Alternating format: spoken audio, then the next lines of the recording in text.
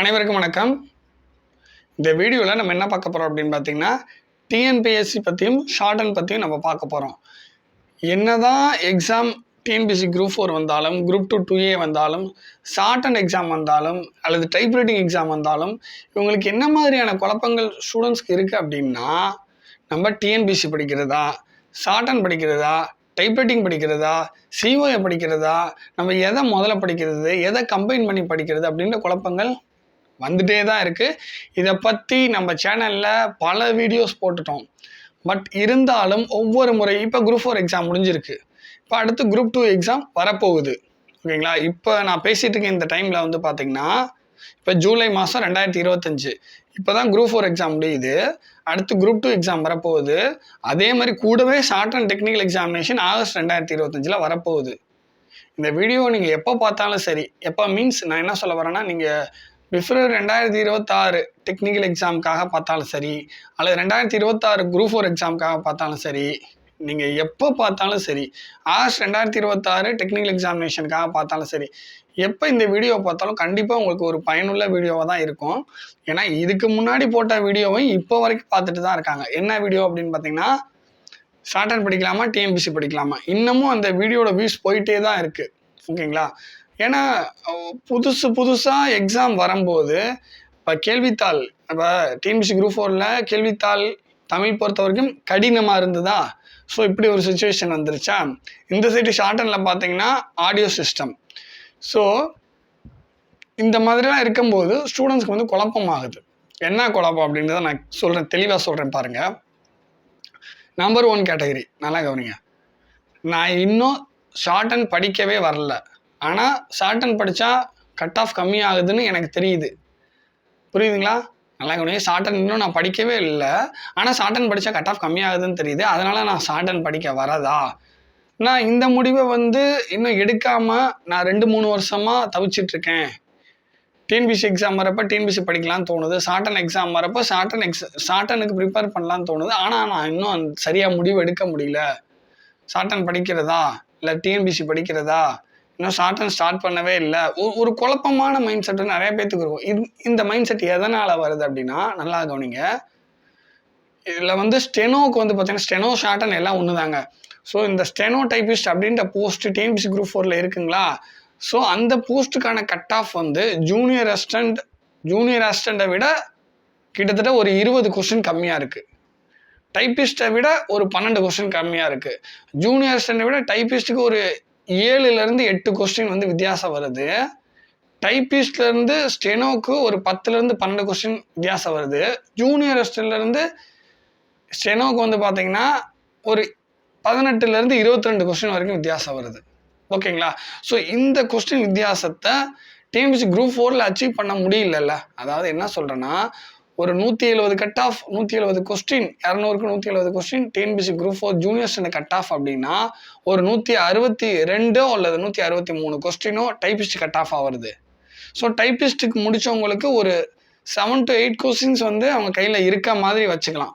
ஓகேங்களா? அவங்க ஒரு 7 கொஸ்டின் கம்மியாக போட்டாலும் 8 கொஸ்டின் கம்மியாக போட்டாலும் வேலை கிடைக்கிறதுக்கான வாய்ப்புகள் இருக்குது.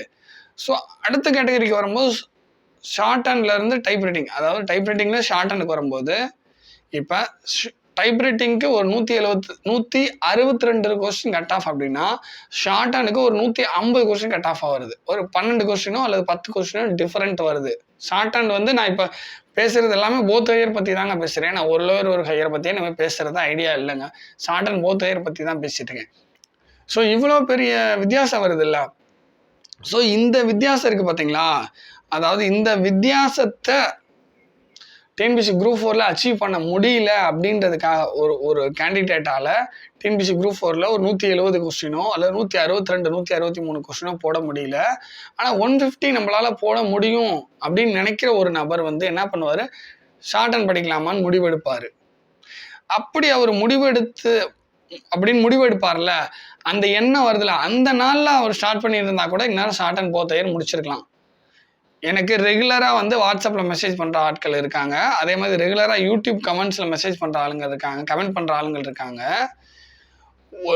ஒரு சில பேர் இருக்காங்கங்க, நல்லா கவனிங்க. 3 வருஷமாக நல்லா இது வந்து உண்மை, இது வந்து பொய் கிடையாது, முழுக்க முழுக்க உண்மை. 3 வருஷமா சில நபர்கள் எல்லாரையும் சொல்லலை, கமெண்ட் பண்ணவங்களுக்கும் மெசேஜ் பண்ணவங்களுக்கும் தெரியும். 3 வருஷமாக ஷார்ட் அண்ட் படிக்கலாமா வேணாமா அப்படின்னு யோசனையிலே இருந்துகிட்டு இருக்காங்க.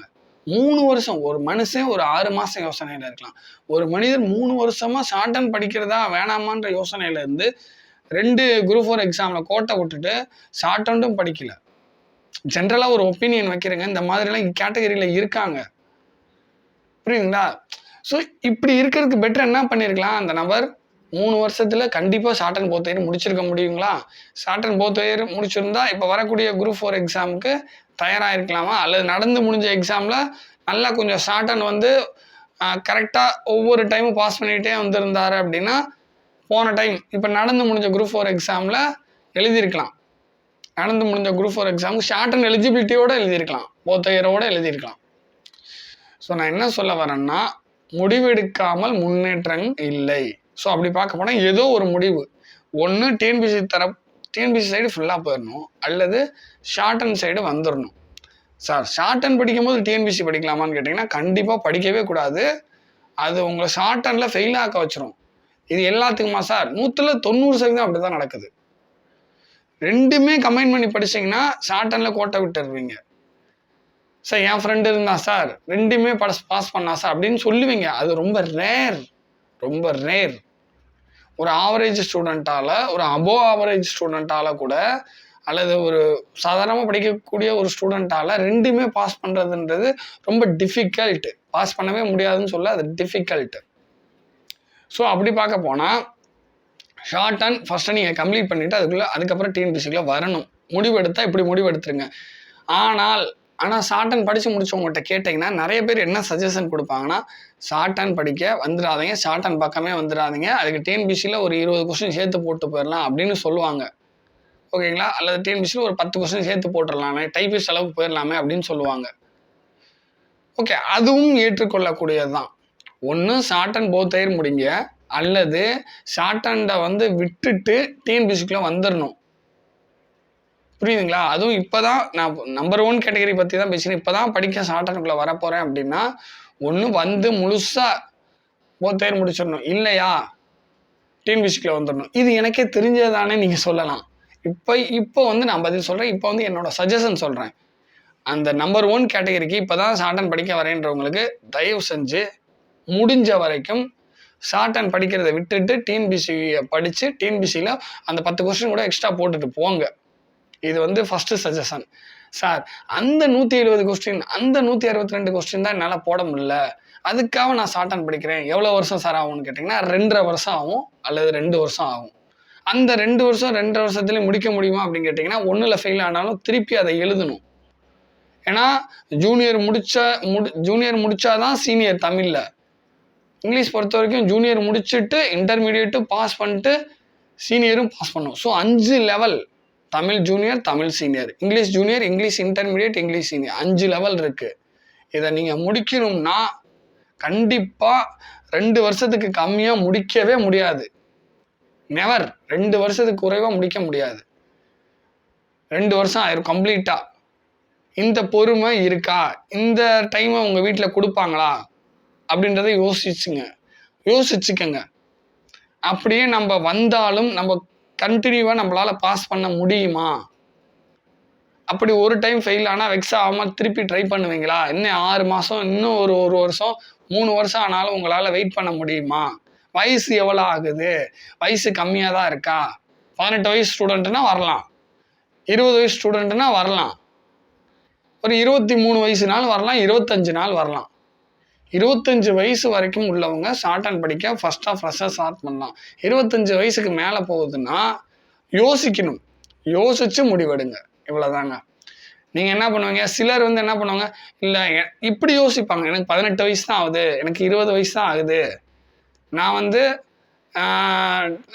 சின்ன வயசு தானே, என்னால் டிஎன்பிசி படிக்க முடியும், நான் டிஎன்பிசி படித்து முடிச்சு பாஸ் ஆகிறேன்னு நினைப்பாங்க. அதில் பாஸ் ஆகிற கேண்டிடேட்டும் இருக்காங்க. அல்லது டிஎன்பிசிக்குள்ளே 18 வயசில் படிக்க ஆரம்பித்து 25 வயசு வரைக்கும் ஒரு 7 வருட காலங்களாக வேலையே வாங்காமல் இருக்கிறவங்களும் இருக்காங்க. அப்போ அங்கே 25ஆவது வயசில் போய் யோசிப்பாங்க, நம்ம இந்த 7 வருஷத்தில் ஷார்ட் ஹேண்டை முடிச்சிருக்கலாமே, டைப்ரைட்டிங்கே சேர்த்து முடிச்சிருக்கலாமே, ஷார்ட் ஹேண்ட் முடிச்சிருக்கலாமே, இப்போ எலிஜிபிளாக இருப்போமே, இப்போ ஈஸியாக இருக்குமே, கட் ஆஃப் கம்மியாக தானே இருக்குது, ஸ்டெனோவுக்கு டைப்ரைட்டிங்க்கலாம் அப்படியும் யோசிப்பாங்க. அதனால நீங்கள் எந்த வயசில் இருக்கீங்க, உங்களோட குவாலிஃபிகேஷன் என்ன, உங்கள் வீட்டில் உங்களுக்கு டைம் கொடுக்குறாங்களா, ஒரு தடவை ஷார்ட் ஃபெயில் ஆனால் திருப்பி இன்னொரு டைம் எக்ஸாம் எழுதக்கூடிய அந்த மைண்ட் செட் இருக்கா, 1 வருஷம் டிலே ஆனால் 2 வருஷம் வீட்டில் கேட்குறீங்க, 1 வருஷம் டிலே ஆனால் 3 வருஷம் ஆகும், அந்த டைம் வீட்டில் கொடுக்குறாங்களா, வயசு என்ன? ஸோ இவ்வளோ விஷயங்கள் இருக்குது. நீங்கள் எடுத்தோடனே ஷார்ட் படிக்க வரீங்களா, படிக்கவே வராதீங்கன்னு சொல்ல முடியல. ஷார்ட் படிக்க வாங்க வந்து படிங்க அப்படின்னு சொல்ல முடியல. ஸோ இவ்வளோ ஃபேக்டர்ஸ் இவ்வளோ இருக்குது. அந்த ஆப்ஷன் 1 இருக்குது பார்த்தீங்களா, ஷார்ட் படிக்கலாமா வேணாமா, அதாவது ஷார்ட் படிக்க வரலாமா வேணாமா, இப்போ தான் பேசிக் வந்து நான் ஸ்டார்ட் பண்ண போகிறேன் அப்படின்றவங்களுக்கு நான் கொடுக்குற சஜஷன் இதுதான். உங்களோட வயசு என்ன, உங்கள் வீட்டில் டைம் கொடுப்பாங்களா, 2 வருஷம் டைம் எடுக்கிறீங்க, 2 வருஷத்துக்குள்ள முடிச்சிருவீங்களா, அப்படி 2 வருஷத்தில் முடிக்காத பட்சத்தில் 3ஆவது வருஷம் 1 வருஷம் எக்ஸ்ட்ரா டைம் கொடுப்பாங்களா, அதுக்கப்புறம் டிஎன்பிசிக்கு 1 வருஷம் ஆகும். ஷார்ட் ஹேண்டுக்குள்ளே உள்ள வரீங்கன்னா மினிமமாக வச்சாலும் ஷார்ட் ஹேண்டுக்கு 2 வருஷம், டிஎன்பிஎஸ்சிக்கு 1 வருஷம், வேலைக்கு நீங்கள் போகிறதுக்கு 1 வருஷம், டிஎன்பிஎஸ்சி எக்ஸாம் முடிஞ்சு வேலைக்கு போகிறதுக்கு 1 வருஷம். இன்றைக்கி நீங்கள் ஷார்ட் ஹேண்ட் படிக்க வரீங்கன்னா ஷார்ட் ஹேண்ட் படிக்க 2 வருஷம், டிஎன்பிஎஸ்சி எக்ஸாம் எழுத 1 வருஷம், வேலை கிடைக்க 1 வருஷம். வேலை கிடைக்க மீன்ஸ் டிஎன்பிஎஸ்சி எக்ஸாம் டேட்லேருந்து நீங்கள் ஜாயின் பண்ணுற டேட் 1 இயர் ஆயிடுது. ஸோ 4 வருஷம் ஆகும் மொத்தமாக. இன்றைக்கி நீங்கள் வரீங்கன்னா ஷார்ட் ஹேண்ட் கம்ப்ளீட் பண்ணிவிட்டு டிஎன்பிஎஸ்சியில் வேலை வாங்கி போய் உட்காரதுக்கு 4 வருஷம். நீங்கள் ரொம்ப நல்லா படிக்கக்கூடிய மாணவனாக இருக்கீங்கன்னாவே இந்த 4 வருஷம் ஆயிரும், அல்லது 3 வருஷம் ஆயிரும். இல்லை சார் நான் ரொம்ப ரொம்ப நல்லா படிக்கக்கூடிய மாணவன், நான் டிஎன்பிஎஸ்சி சைடு போயிடுறேன்னா ஒன்றும் இல்லை, 1 இயரில் நீங்கள் போயிடலாம். இப்போ குரூப் 2 வருதா, குரூப் 2ல் நீங்கள் பாஸ் ஆனீங்கன்னா 1 இயரில் வேலையில் இருப்பீங்க. ஸோ 1 வருஷம் ப்ளஸ் 2 மாதம், ஒரு 1.25 வருஷத்துலேயே வேலையிலே இருப்பீங்க.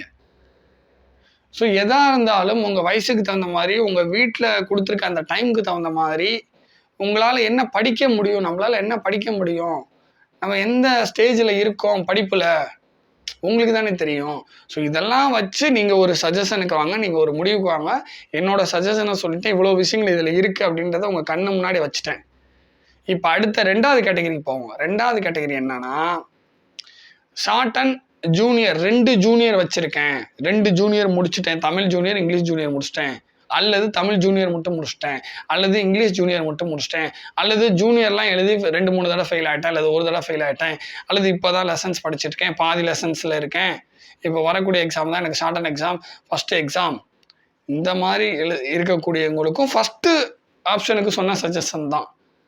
உங்களுக்கு டைம் இருக்கா, உங்களோட ஏஜ் என்ன, நீங்கள் என்ன குவாலிஃபிகேஷன் இருக்கீங்க, உங்களால் வந்து போத் இயர் கம்ப்ளீட் பண்ண முடியுமா, உங்கள் வீட்டில் அதுக்கு டைம் கொடுக்குறாங்களா, உங்கள் வீட்டில் அப்பா அம்மா சப்போர்ட் பண்ணுறாங்களா, ஹஸ்பண்ட் ஒய்ஃப் சப்போர்ட் பண்ணுறாங்களா, ஃப்ரெண்ட்ஸை விடுங்க, ஃபேமிலி சப்போர்ட் பண்ணுறாங்களா, அதுதான் ரொம்ப முக்கியம். உங்களுக்கு டைம் கொடுக்குறாங்களா, இதெல்லாம் யோசிச்சுக்கிட்டு ஷார்ட் ஹேண்டை கம்ப்ளீட் பண்ணிவிட்டு டிஎன்பிசிக்குள்ளே வாங்க. அதுக்குமே 3 to 4 இயர்ஸ் ஆகும்.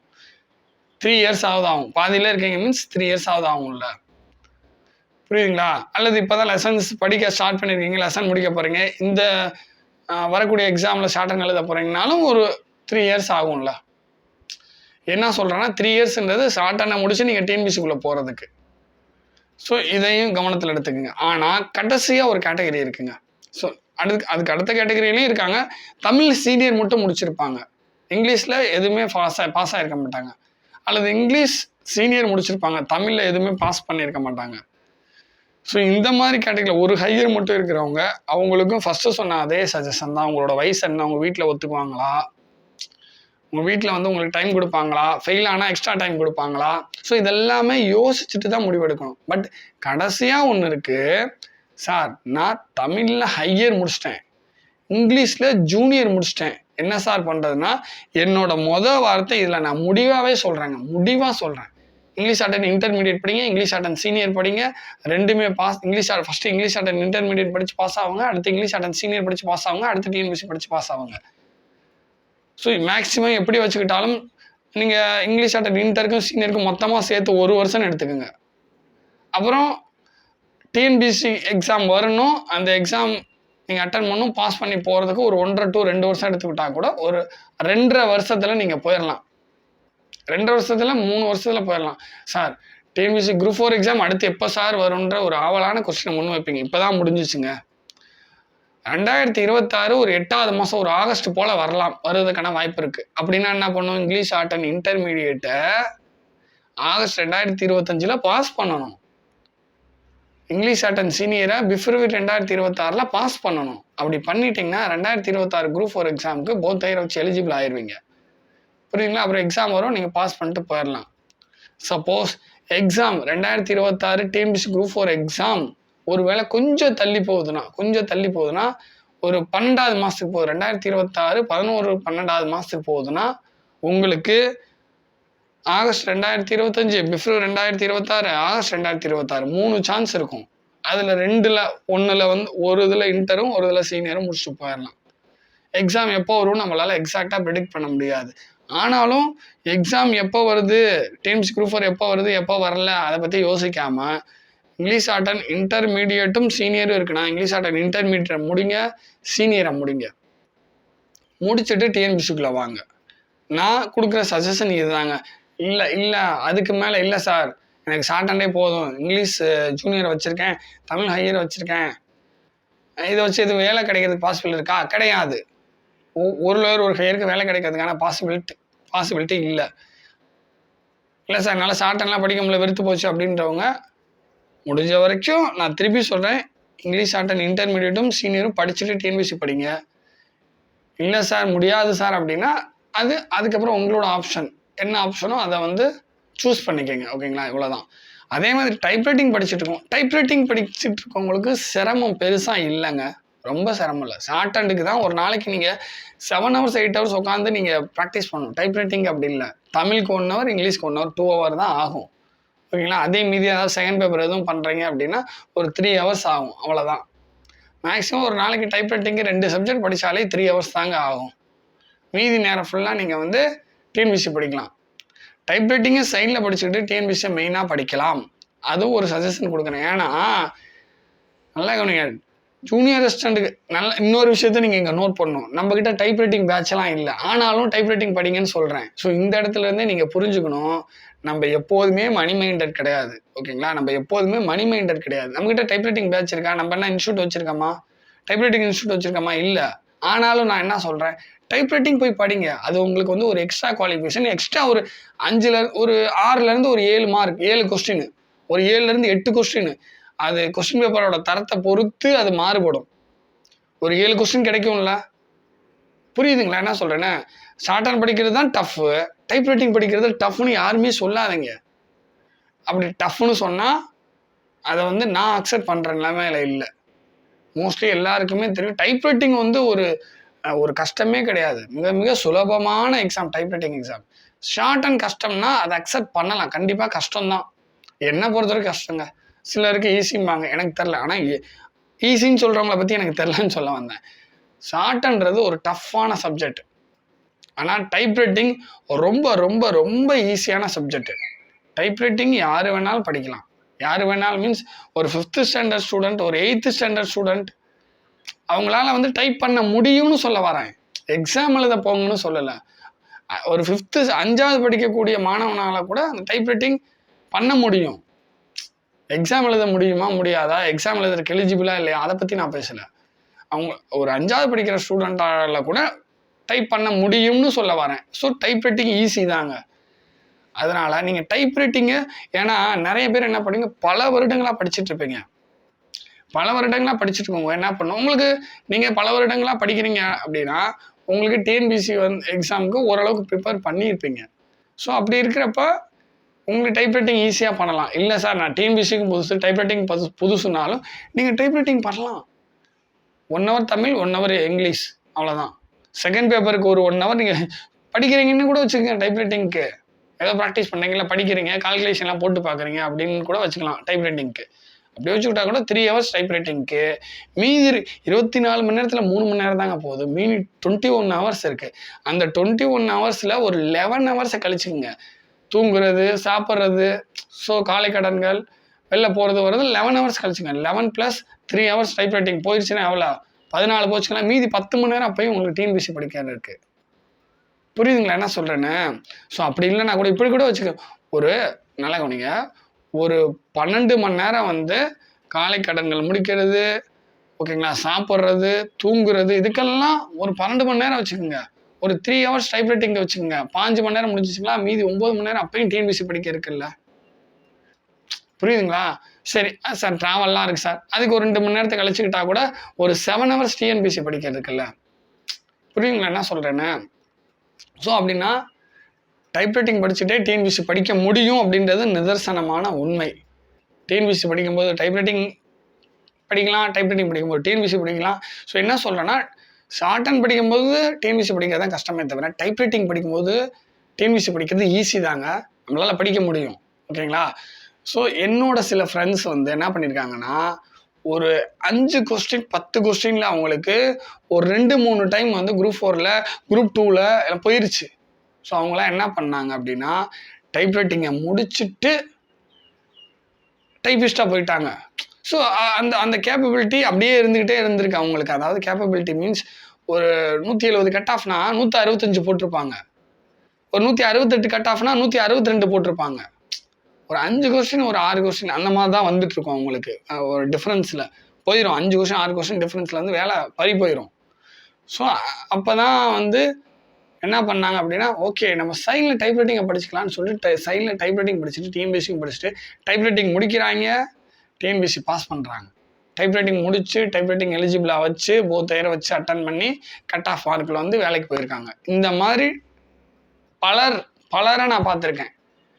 ஓகேங்களா? ஸோ இதை ஞாபகம் வச்சுக்கோங்க. இப்படியும் பண்ணலாம். ஓகேங்களா? ஸோ டைப்ரைட்டிங் படிக்கும்போது நம்ம டிஎன்பிஎஸ்சி படிக்க முடியும். ஒன்றும் ரொம்பலாம் கஷ்டப்படணும்னு அவசியம் இல்லை. அதாவது ரொம்ப கஷ்டமாலாம் யோசிக்காதீங்க. ஒன்றுமே இல்லை. டைப்ரைட்டிங் ஒன்றுமே இல்லை. டைப்ரைட்டிங் ரொம்ப ஈஸி. டைப்ரைட்டிங்கிற ஒரு குவாலிஃபிகேஷன் நீங்கள் வச்சுக்கிட்டு நீங்கள் டிஎன்பிஎஸ்சி எக்ஸாம் எழுதுறீங்கன்னா உங்களுக்கு ஒரு 6 கொஸ்டின்லேருந்து ஒரு 8 கொஸ்டின் வரைக்கும் கட் ஆஃப் கம்மியாகும். ஸோ இதெல்லாம் நல்லா யோசிங்க, நல்லா திங்க் பண்ணுங்கள். டைப்ரைட்டிங் படிக்க நமக்கு எவ்வளோ நேரம் ஆக போகுதுங்க? டைப்ரைட்டிங் படிக்க எவ்வளோ நேரம் படிச்சிருங்கன்றேன். இப்போவும் சொல்கிறேன், டைப்ரைட்டிங் பேட்ச் நம்மக்கிட்ட கிடையாது. அதே மாதிரி பாருங்கள், டைப்ரைட்டிங் இன்ஸ்டியூட் நம்ம வச்சிருக்கல. ஆனாலும் டைப்ரைட்டிங் படிக்க சொல்கிறோம். என்ன சஜஷனோ எது ஒரிஜினலாக ப்ராக்டிக்கலாக நடக்குதோ அதை தான் நம்ம சொல்லிக்கிட்டு இருக்கோம். என்ன சொல்கிறேன்றதை புரிஞ்சுக்கோங்க. ஸோ டைப்ரைட்டிங் இருந்தால் உங்களுக்கு ஒரு எக்ஸ்ட்ரா குவாலிஃபிகேஷன். புரியுதுங்களா? சார் எல்லாருமே டைப்ரைட்டிங் படிச்சுட்டா டைப்ரைட்டிங்கில் கட் ஆஃப் அதிகமாகிருமே அப்படின்னு. ஜூனியர் ஸ்டாண்டர்டோட டைப்ரைட்டிங் கட் ஆஃப் அதிகமாகுமா? அப்படி தான் நீங்கள் யோசிக்கணும். ஜூனியர் ஸ்டாண்டுக்கு ஒரு 3000 வேகன்சி வருதுன்னு வச்சுக்கோங்க. டைப்ரைட்டிங்க்கு ஒரு 1000 வேகன்சி வருதுன்னா அந்த 3000 போக மீதி இருக்கக்கூடிய 1000 டைப்ரைட்டிங்க்கு வருது இல்லை? புரியுதுங்களா என்ன சொல்கிறேன்னு? அப்படின்னா ஜூனியர் ஸ்டாண்டர்ட் டைப்ரைட்டிங்கு எப்போதுமே கம்மியாக தானே இருக்க போகுது கட் ஆஃப். ஜூனியர் ஸ்டாண்டர்ட் தாண்டி டைப்பிஸ்ட் கட் ஆஃப் அதிகமாக போகாது. ஏன்னா மோஸ்ட்லி நிறைய பேர் ஜூனியர் ஸ்டாண்டர்ட் எடுத்துகிட்டு போயிட்டே இருப்பாங்க. டைப்பிஸ்ட் முடித்த கிட்டத்தட்ட டைப்பிஸ்ட் முடித்த ஒரு 300-400 பேர் ஜூனியர் ஸ்டாண்டர்ட் சூஸ் பண்ணிடுவாங்க. புரியுதுங்களா என்ன சொல்கிறேன்னு? அப்படி பார்க்குறப்போ ஒரு 1000 வேகன்சினா உங்களுக்கு ஒரு 1300-1400 வேகன்சிக்கு சமம் அங்கே. ஸோ டைப்ரைட்டிங் முடித்தா உங்களுக்கு பெனிஃபிட்டு தான். ஓகேங்களா? ஸோ ஷார்ட் ஹேண்ட் படிக்கிறதா வேணாமான்றதுக்கும் சஜஷன் கொடுத்தாச்சு. டைப்ரைட்டிங் டிஎன்பிஎஸ்சியும் சேர்ந்து பண்ணலாம் அப்படின்னு நம்ம வந்து சொல்லியாச்சு. இது ஈஸி தான், ஒன்றுமே இல்லைன்னு நம்ம சொல்லி பேசியாச்சு. ஓகேங்களா? இப்போ வந்து முடிவெடுக்கிறது உங்கள் கையில் இருக்குது. ஸோ இன்னொரு விஷயத்தையும் நான் இங்கே தெரியப்படுத்துகிறேன். கொஸ்டின் பேப்பர்லாம் பார்த்துருப்பீங்க. டிஎன்பிஎஸ்சி குரூப் 4 2025 ஜூலை மாதம் நடந்தது. ரொம்ப டஃப்பாக இருந்துச்சு. இனிமேல் ஈஸியாகவும் வரலாம், டஃப்பாகவும் வரலாம், எப்படி வேணாலும் வரலாம். நிறைய பேர் வந்து யூடியூப்பில் வந்து கருத்து தெரிவிச்சிருக்காங்க. பல யூடியூப் சேனல்ஸ் வந்து பேசியிருக்காங்க. எஜுகேஷன் சாராத பல சேனல்கள் வந்து இதை பற்றி பேசியிருக்காங்க. ஸோ அவங்களுக்கெல்லாம் ஒரு என்ன சொல்கிறதுன்னா, அவங்களுக்கு ஒரு பெரிய நன்றியை நம்ம சொல்லிக்கலாம். ஸோ இவ்வளோ தூரம் பேசியிருக்காங்க அப்படின்ற போது கொஸ்டின் பேப்பர் வந்து ஈஸியாக குரூப் 4 எடுக்கிறதுக்கு வாய்ப்பு இருக்குது. ஈஸியாக மீன்ஸ் ஸ்கூல் புக்ஸ்லேருந்து எடுக்கிறதுக்கான வாய்ப்புகள் அதிகமாக இருக்குது. ஓகேங்களா?